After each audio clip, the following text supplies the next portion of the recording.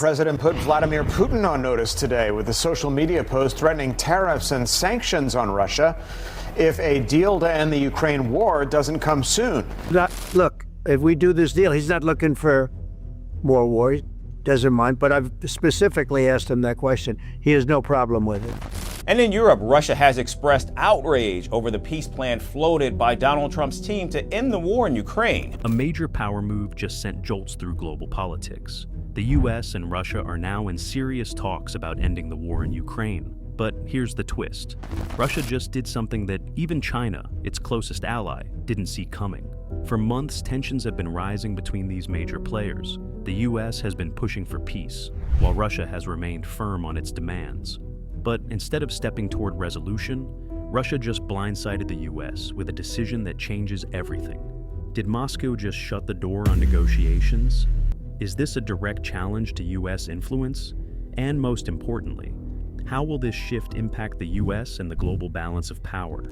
In this video, we're breaking down exactly what happened, why it caught the world off guard, and what happens next.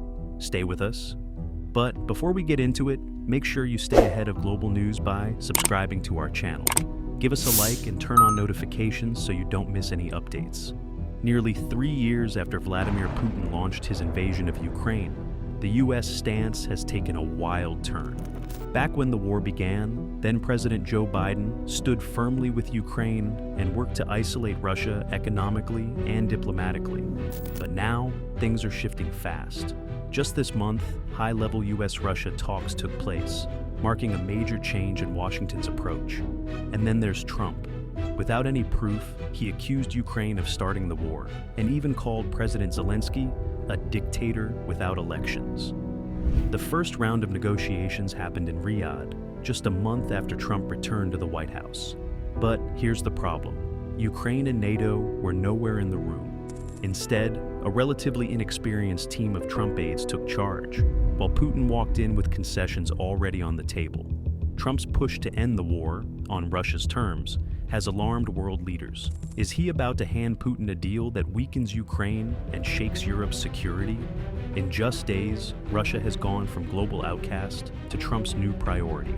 And that move comes with serious consequences. Vladimir Putin doesn't come to the table to negotiate with you. Will you put additional sanctions on Russia? Sounds likely. The world can still vividly remember that 2 days into his second term, President Donald Trump delivered a blunt message to Vladimir Putin. End the war in Ukraine now, or face severe economic consequences. Trump warned that if Russia doesn't agree to a deal soon, the US will have no choice but to hit Moscow with higher taxes, tariffs, and sanctions on any exports to the West. However, he also tried to strike a more diplomatic tone, reminding everyone that Russia once played a key role in helping the US win World War II. That being said, Trump claimed he was actually doing Putin a favor by pushing for peace, saying that if Russia doesn't stop now, things will only get worse for them. He made it clear, Russia's economy is already struggling, and dragging this war out any longer is only going to hurt them more. He also didn't miss the chance to take credit, insisting the war never would have started if he had been in office at the time. It's a war that would have never happened if I was president. Now, he's pressuring Russia to end it, either through a peaceful deal or by forceful economic measures. In his words, it's better to take the easy way out before more lives are lost. Trump came in swinging with threats of heavy sanctions and tariffs, but how did Russia respond? Well, they barely flinched. According to the Kremlin, there was nothing new about Trump's warning. It's just more of the same talk they've heard before. Putin's spokesperson, Dmitry Peskov, made it clear that Moscow is keeping a close eye on everything Trump says, but isn't exactly shaking in its boots. In fact, they brushed it off completely, saying they're always open to discussions, but only if it's on their terms. Putin, as usual, insisted that any talks with the US needed to be fair and based on mutual respect. So, in other words, Trump can shout all he wants. Russia's just sitting back and taking notes. Russia, on February 25th, also shut down one of Trump's latest claims. The US president recently stated that Vladimir Putin would have no problem with European peacekeepers being stationed in Ukraine after a deal is reached. But Moscow is saying, not so fast. Kremlin spokesman Dmitry Peskov dismissed Trump's statement, saying Russia's stance on the matter hasn't changed. He pointed to Foreign Minister Sergei Lavrov's recent remarks, where Lavrov made it very clear that Russia will not accept NATO-aligned troops in Ukraine, no matter what flag they're under. Lavrov made Russia's position crystal clear. Changing the name or slapping an EU flag on their uniforms doesn't change the reality. To Moscow, they're still foreign troops, and that's not something they're willing to accept.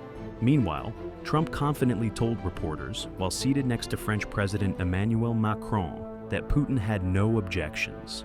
He claimed to have asked the Russian leader directly and insisted that it wasn't an issue for him. Macron, a big supporter of sending European troops in Ukraine, doubled down, saying French soldiers would only be there to keep the peace, not fight.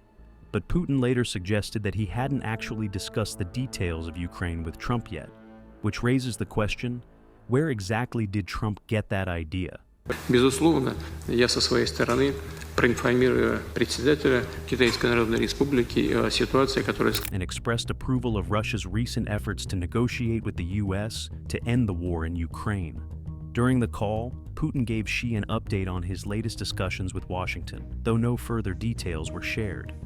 Xi made it clear that China supports dialogue between Russia and the U.S. and is willing to assist in efforts to bring the conflict to a peaceful resolution. The timing of this call is significant. It happened just as leaders from across Europe and Canada arrived in Kyiv to mark the third anniversary of Russia's full-scale invasion and reaffirm their support for Ukraine. Xi doubled down on China's push for peace, bringing up the Friends of Peace group, a coalition formed last September to promote diplomatic solutions. He also pointed to China and Brazil's joint peace plan from last year, which called for direct negotiations between Russia and Ukraine and an end to further fighting. At the same time, China and Russia's partnership is only getting stronger. With Western sanctions cutting Moscow off, Beijing has stepped in as a major buyer of Russian oil and gas and a key supplier of essential technology. Ukraine is a sovereign nation with its own language, culture, and political system. And while the two countries do have a shared history, Ukraine has fought hard for its own identity. Here's what most of us know. The war in Ukraine started in 2022. But what many forget is that this conflict had been building for decades. Ever since the collapse of the Soviet Union in 1991, Ukraine has been caught between Russia and the West. While Ukraine became independent, Moscow never really let go of its influence. Over time, Ukraine started leaning toward Europe, seeking closer ties with NATO and the EU. To Russia, this was a serious problem. Vladimir Putin has long argued that the West broke promises made after the Cold War, claiming NATO had agreed not to expand into former Soviet territories. But NATO did expand, and by 2008, there was even talk of Ukraine and Georgia joining. Putin saw this as a red line and made it clear that he wouldn't let it happen. Things escalated in 2014 when Ukraine's pro-Russian president, Viktor Yanukovych, was overthrown after mass protests. In response, Russia took control of Crimea and backed separatists in eastern Ukraine, sparking a conflict that simmered for years. By late 2021, tensions reached a boiling point. Russia had 200,000 troops near Ukraine's borders, demanding security guarantees from NATO.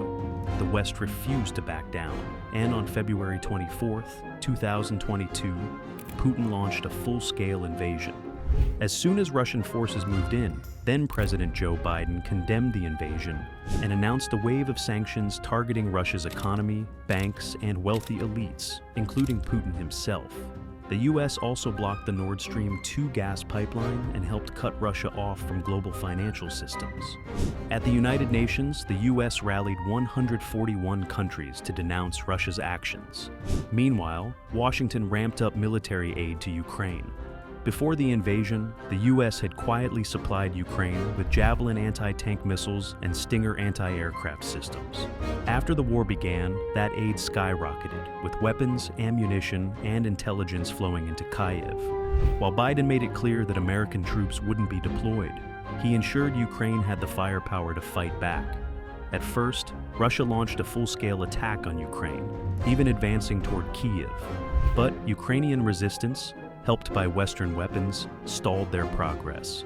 By April 2022, Russian forces were forced to retreat from the north and refocus on the east and south. The world watched in horror as evidence of Russian war crimes surfaced in places like Bucha.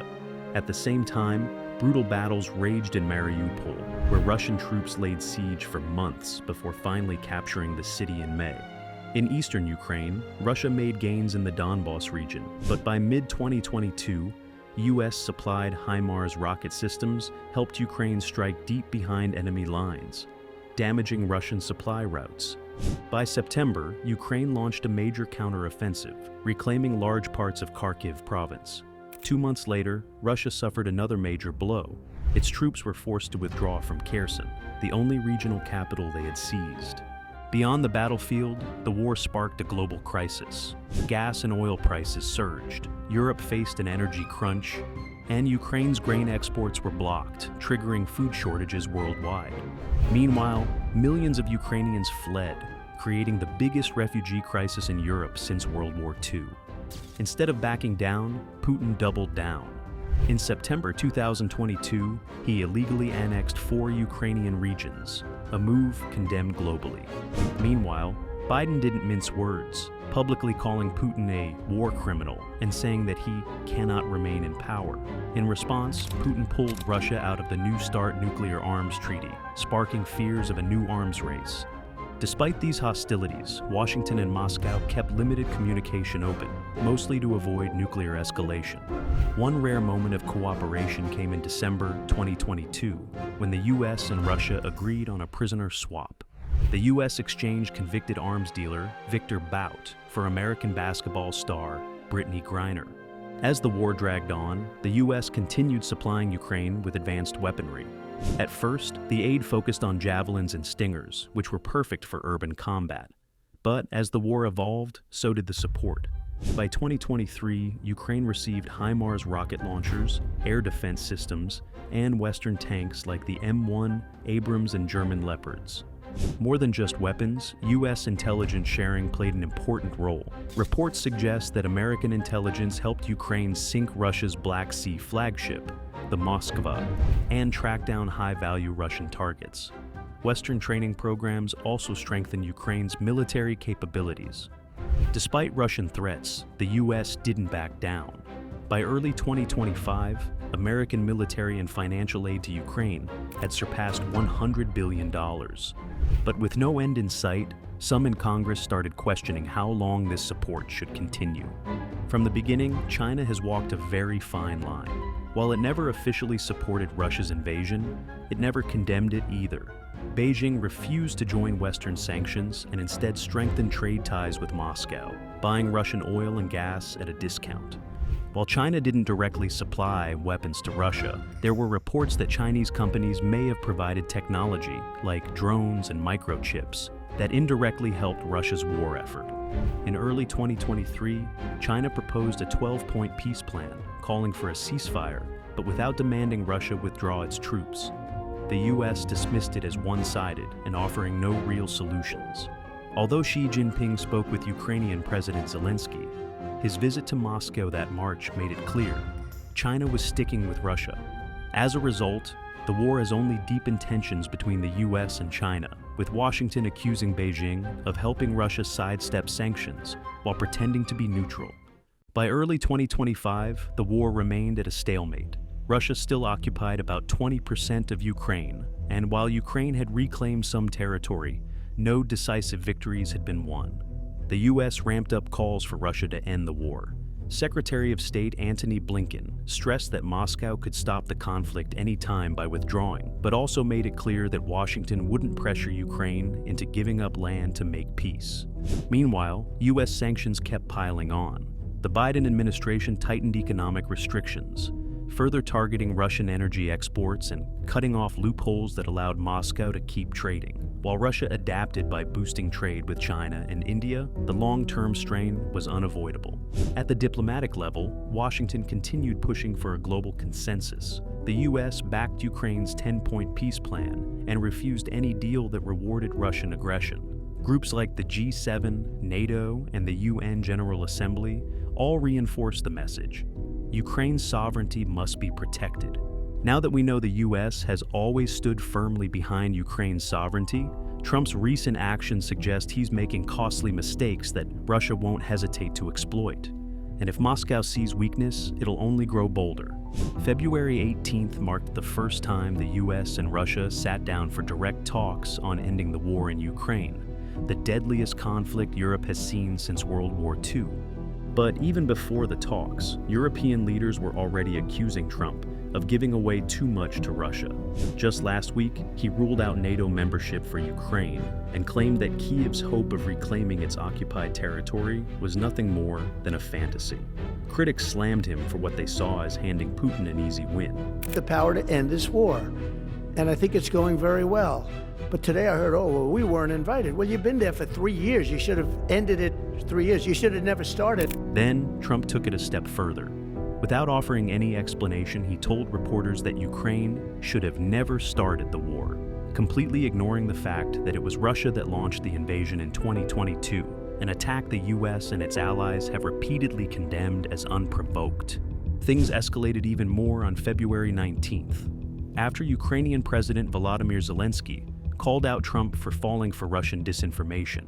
Trump fired back on social media. Instead of addressing the criticism, he questioned Zelensky's legitimacy as a leader and warned that if Ukraine didn't secure peace soon, there might not be a country left to defend. Appreciate you tuning in.